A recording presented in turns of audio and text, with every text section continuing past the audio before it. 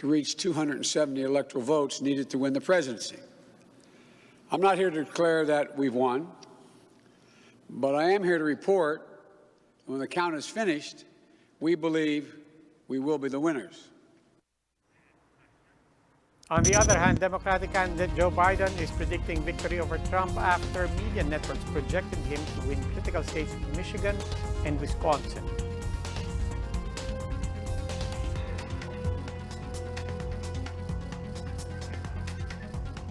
A group of healthcare workers in the United States claim that 30% of nurses who died due to COVID-19 in the U.S. are Filipinos. The lack of protection, they say, has forced them to vote blue. Rhea Fernandez explains. Amid the tight U.S. presidential race is the rising cases of COVID-19 in the country. While Americans await the poll results, over 90,000 COVID infections were added to their caseload on Election Day, while deaths are nearing the 235,000 mark. This amplifies the concern of health workers there. Of the almost 2 million Filipino-American voters, 4% or 150,000 are working in the health sector. One of them is Philem nurse Marshall Reyes. He says the candidate's platform on healthcare was the deal breaker when he voted. Reyes himself had caught the virus. He stayed at the ICU for 11 days and nearly a month in total in the hospital. Ang sinasabi ni Donald Trump is, parang ano lang yan, parang flu lang yan, mawawala yan. Pagdating ng summer, patay lahat yung virus na yan. It's gonna go away. He did not take it seriously. So that's why, we're number one now. Then Republican Marshall, along with his wife, voted blue this time. Lumipat ako ng Democrat kasi nga, nakita ko yung pro-immigration program ng Democrats at saka yung healthcare, yung reproductive healthcare. The National Nurses United is also vying for an administration that believes and listens to science. Chito Quijano, National Organizing Director of the California Nurses Association, NNU, says there are already 1,700 health workers who died due to COVID. Of that number, more than 200 are nurses, 30% of whom are Filipinos. Marami po tayong mga nurses dito na namatay, dahil sa kulang yung proteksyon na ibinibigay ng hindi ginarantiya ng gobyerno yung proteksyon. Doors for Filipinos who want to work as nurses in the U.S. are seen to open anew under the Biden presidency, according to Ricky Rillera of Philem Press Club of New York. According to Biden, sabi niya meron daw siyang blueprint on what to do with it. So again, it's a promise. Yung mga nurses natin and other professionals, because hinold ni President Trump yung yung H1B visa, no? So hindi sila makarating dito ngayon. But home care owner Glenn Diap, who supports U.S. President Donald Trump, begs to differ. He responded aggressively to the coronavirus. He by clamping down on travel from China. So he did a travel ban from China. And then he get all the needed PPEs with the Democrats and with Biden. They politicize everything instead of helping Trump. For News 5, Rhea Fernandez, We Are One News. Many voters took immigration policies into account when they cast their ballots for the U.S. elections. What would the poll results mean for Filipinos who are planning to migrate there? Marian Enriquez tells us in this report. Re-electionist U.S. President Donald Trump is known for his hardline stance on immigration. In 2017, he attempted to scrap the Deferred Action for Childhood Arrivals, or DACA. The program was created in 2012 by former President Barack Obama. It offered undocumented child immigrants in the U.S. a temporary reprieve from deportation. The Supreme Court blocked Trump's move in June 2020. In 2019, the Republican leader also banned families of Filipino World War II veterans from staying in the U.S. pending their green cards. The tedious process normally takes up to 20 years. Trump is also planning to eliminate the chain migration process by which Americans help foreign-born relatives gain citizenship. These immigration policies made Filipino immigrant and IT specialist Noel Asiatico vote blue this time. He has been living in the U.S. for 26 years now.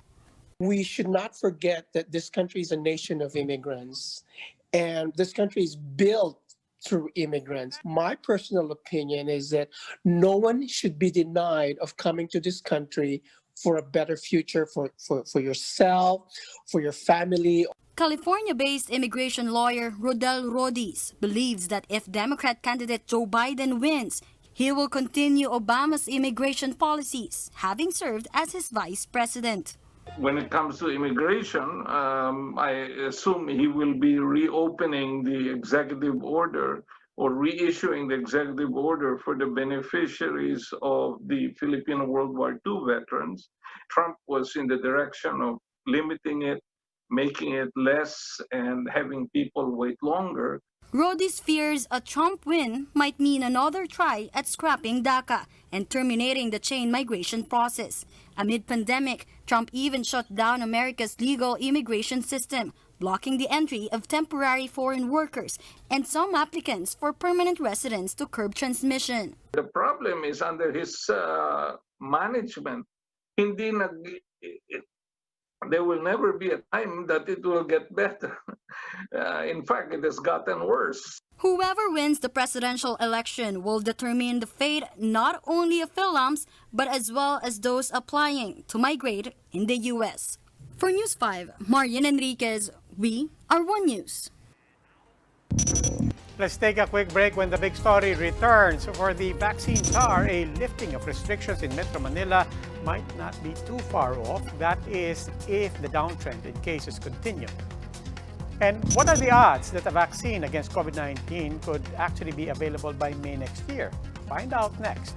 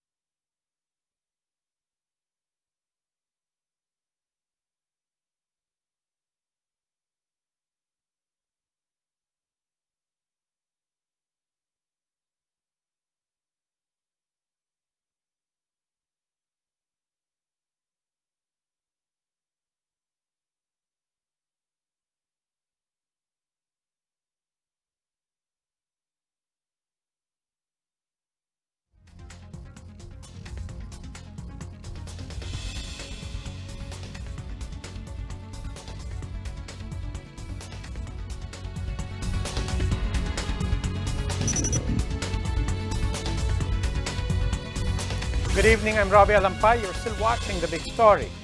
Health authorities are not ruling out the possibility of the entire country being placed under modified GCQ. That is, if the downward trend in COVID-19 cases continues. Greg Gregorio with the details. Florinda and her neighbors hold a Christmas gathering yearly. They do a potluck celebration as they belt out their favorite karaoke tunes. But with the COVID-19 crisis, their annual tradition would have to be halted for now. Ba yun? Kahit isang araw lang kung party no, kung Christmas party ba naman. Stress masyado, yun lang ang namin. Parang yun na lang yung kasiyahan. Oo, yun lang ang kaligayahan namin eh. The health department warns singing poses a high risk of COVID-19 transmission. If the activities involve talking, shouting, heavy breathing, and singing, it increases the risk of spreading respiratory particles that individuals exhale, and it will increase the risk of infection as well. So, wala mo na siguro ng karaoke. This means income loss for the likes of Poli, whose videoke for rent business has been earning 30,000 pesos during the holiday season. Ngayon, ang ano na lang namin, in December, siguro marenta man yan sa mga exclusive na lang sa mga bahay-bahay na lang. Researchers have already warned that the holidays may cause a spike in cases. In the latest report of the UP Octa Research, 9 LGUs have been tagged as high risks for high new cases daily, saying they may experience a high hospital occupancy rate in the coming weeks. Kailangan po may further analysis na ginagawa kapag ganyan. Kailangan din natin tignan how many or how much did the city or the province has allocated for COVID beds. Pateros, which has 31 active cases as of November 3, has the highest occupancy rate in the National Capital Region. But Pateros Mayor Miguel Ponce clarified this is not because of their municipality's case count. Actually, sa Pateros ay meron lang kami isang private hospital. Wala kaming public hospital dito. Talagang medyo mataas ang occupancy dahil they both cater to COVID and non-COVID patients. Expected naman talaga yun. DOH says this is where the importance of the One Hospital Command System is shown. The agency will also look into the Octa research team's report on the slightly increasing reproduction number in the country, arguing that their data also showed a downtrend in new daily cases. So it's still less than 1 pag tinignan po natin yan, and that is still the ideal. We need to correlate this now with the number of new active cases that are being reported. In an interview with 1PH's Wagpo, newly minted vaccine czar Carlito Galvez said quarantine restrictions in Metro Manila may be lifted soon enough. Gumaganda na ang kanyang bilang. Nasa na po, na more or less than 3% na po ang active cases. From 25,000 now, they are now at the 3,000 level. So maganda po natin. Ang nakikita po namin kung hindi po magbabago ang trend, pwede na po tayo mag-increase by early January. With such a downtrend in cases, the DOH says the entire country may be placed under the modified general community quarantine come next year. For News 5, Greg Gregorio, we are One News. Government wants to see a start to the inoculation of COVID-19 vaccines in May 2021. During the Laging Handa briefing, vaccine czar Carlito Galvez Jr. said this is the earliest possible time for the shots to become available. Galvez adds that they are forming a core group that will focus on vaccine concerns once the mass inoculation begins. Ang worst case scenario po, pagka nakita po natin na under development pa po ang mga vaccine, ay baka po before end of the year. So ang pinaka-best scenario po natin is May 2021 po. In a separate interview with Radio 5, Galvez said the country already has a bilateral agreement with China and Russia regarding vaccine production. He added that they will prioritize certain sectors once the vaccination begins. Uunahin po natin yung tinatawag nating frontliners at saka mga indigents at saka yung mga vulnerable. And then above that, yung ating mga informal workers, teachers, at saka mga government at saka essential workers. State insurer PhilHealth has paid the Philippine Red Cross another 100 million pesos. PhilHealth President and CEO Dante Giran said they are already expediting the validation of premium claims to allow the PRC's free swab testing to carry on uninterrupted. And these are the other big stories today. 4 out of 5 Filipinos believe their lives took a turn for the worse in the past year amid the pandemic. That's according to an SWS survey. The September poll showed that 82% of respondents said their quality of life worsened in the last 12 months. Only 6% saw an improved life. The SWS classified the continuing trend this year as catastrophic, with the September figure being the worst in more than a decade. Inflation picked up to a 3-month high in October amid higher food prices, particularly for pork. That clocked in at 2.5%, faster than the 2.3% recorded the previous month. While it is higher than most estimates, the latest inflation print is still within government's target for the month. Faster inflation, however, is not seen as a result of a pickup in consumption, but instead due to cost-push factors such as the ASF impact on pork prices and higher transport and education costs amid the pandemic. 86 immigration officials are now facing a second round of graft complaints from the NBI over supposed involvement in the so-called Pastilla scheme. The Investigation Bureau said the testimony of second whistleblower immigration officer Jeffrey Del Ignacio helped to finalize the list of officials to be sued. Ignacio, who is among the respondents of the NBI's first batch of complaints, has applied to the Justice Department's Witness Protection Program. Results of his application are yet to be released. In the middle of a tragedy, a number of Albayanons who themselves were affected by Typhoon Rolly still managed to help their neighbors in dire need of help. A look at their Bayanihan spirit in Jenny Dongon's report. Shirley is busy sewing face masks, but unlike most Filipinos who want to earn extra amid the pandemic, she will not be earning a single peso from this endeavor. This face mask will be donated to her fellow Albayanons affected by Super Typhoon Rolly. Shirley was a calamity survivor herself back in 2006. 20 of her family members, however, weren't as fortunate. They died due to lahar. Yung nanay ko, yung tatay ko, kapatid ko, mga pamangkin ko, lahat sila natabunan sa padang. Kaya alam ko kung anong nararamdaman ng doon ng mga doon sa ginubatan. Alam ko 'yun. Damang-dama ko kung anong kailangan nila. But she's not just handing out face masks. She's also making some much needed underwears. Hindi pwede kang mag-donate ng used panty. Kailangan yung bagong gawa. Kaya 'yun ang naisipan namin na gawin. But used clothes will still go a long way. That's why this man from Ginubatan knocked on houses to gather donations for typhoon victims. Jobert himself was affected, but not as severely as those from their neighboring Purok. Isip din kasi namin, paano kung sa amin ito mangyari? At least parang may mano din sa amin na kahit paano may tulong din kami. Yan, yung mga dito, tulong-tulong din kahit paano, kahit malapit lang binaan. The smiles on the evacuees' faces was a sweet consolation for all their efforts. Lola Sofia immediately lined up to receive the donated clothes.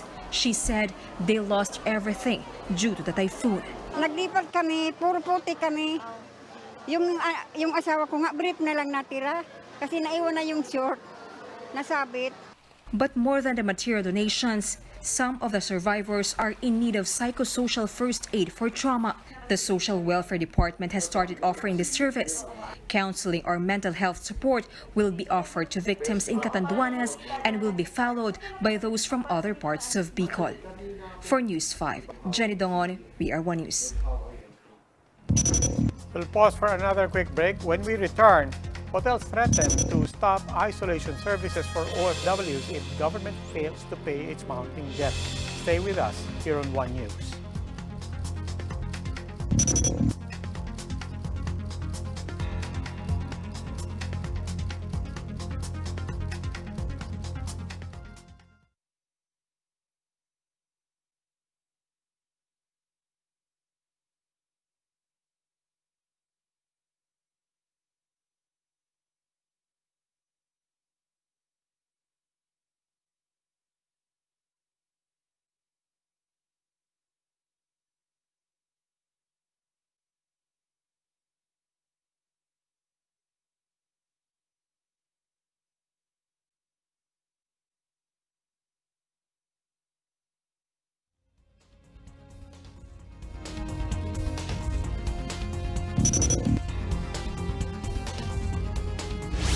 Good evening. You're still watching The Big Story.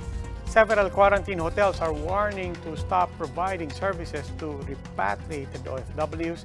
That is, if the government fails to settle its 250 million peso debt. Shaila Francisco with the story. Several hotels used as quarantine facilities for repatriated OFWs are now unable to pay their employees. They are also struggling to sustain operations. It turns out the Overseas Workers Welfare Administration, or OWA, has yet to fully settle its debt to at least 20 hotels nationwide. The Hotel Sales and Marketing Association also reveals that the balance stands at 250 million pesos for over a month. One of the affected employees is Red. He has not received his salary for the past month due to OWA's non-payment. Because of this, he was forced to stall the payment of his electric bills by submitting a promissory note. We have to consider or tawagan yung mga payables ko or to ask them for extension consideration as well. Mapapaisip ka din minsan, how about the next day? Would I be able to put some food on my table? OWA has paid at least 10% of its 250 million peso debt. However, the hotels say it is still not enough to keep them afloat. Lockdown restrictions have prompted hotels to count on OWA on more than half of their revenues. Unless the agency settles at least half of their remaining balance soon, hotel owners fear they may no longer be able to provide for the needs of the OFWs. The worst case is the hotel will close down. We will not accept OFWs anymore.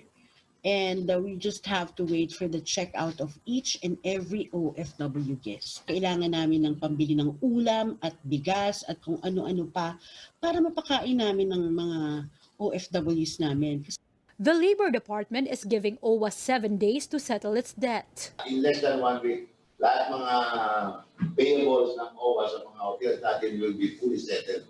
Kaya huwag po kayong mag-alala mga hotels. Kaya lang namin tinitiyak na yung babayaran ng OWA, tama. Mahirap po minsan, baka hindi natin naiwasan at kamali kayo sa mga figures. Huwag na-overpay at kawawa naman yung mga OWA. Sila ngayon, ma-audit sila niyan. OWA says they will comply with the order through its task force. The task force will strive to expeditiously process the bills, but at the same time, conduct an utmost a thorough review of the supporting document. Right now, we still have the funds. OWA says it is banking on an additional funding in January, especially with the mounting costs of swab testing and accommodation for OFWs. Shaila Francisco, VR1 News. Internet usage in the middle of the lockdown period this year has prompted a surge in revenue for PLDT. Amid increased work from home arrangements and online classes, the company saw data and broadband sales up 18% in the 9 months to September. This pushed the telco's 9-month net income up 23%. Its third quarter bottom line, meanwhile, surged 95% to 7.4 billion pesos. And with significant investments in its three main revenue streams, PLDT Chairman and CEO Manny Pangilinan said the telco company is in better position to address data needs of both households and businesses. If you relate it to previous years, certainly the company is in a much better position financially, market share-wise, products, and we're really actually quite satisfied that across the board, you're seeing the revenue growth quite robust. In other matters, Pangilinan pointed to antitrust concerns in PLDT's decision to withdraw plans of acquiring ABS-CBN's Sky Cable. There are other commercial reasons why we did that, but I think the main reason that we did that is on review of the Biennial Act 2, the PCC has the ability to review mergers and acquisitions 1 year after the effectivity of the act. The risk is there, and the prospect of divestment might be real. A razor-thin margin still separates the votes for Democrat Joe Biden and incumbent President Donald Trump, but someone is definitely not going to close in on that margin: Kanye West. West bagged at least 60,000 votes as U.S. President across 12 states as of Wednesday morning. The independent candidate, though, has already conceded election defeat, having failed to breach even 0.5% of the overall counted votes. The hip-hop star, however, hinted at another possible attempt to run as president in the next U.S. elections with a tweet saying, "Well, Kanye 2024. On Tuesday, West voted for himself as the next U.S. president after a long-shot campaign that critics fear was aimed at stealing black votes from Democrat Joe Biden.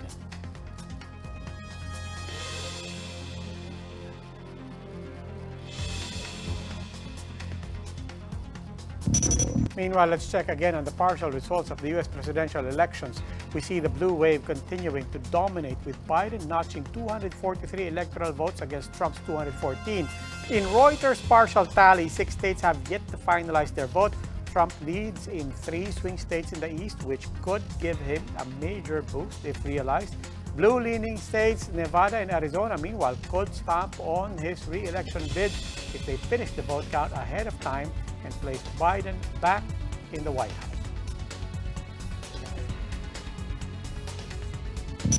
And that wraps up today's big story. Catch us again tomorrow at 8 p.m. on Signal Channels 8 and 250. Please like our Facebook page, One News. For more in-depth analysis, visit our webpage, onenews.ph. I'm Robbie Alampay. We are One News. Good evening.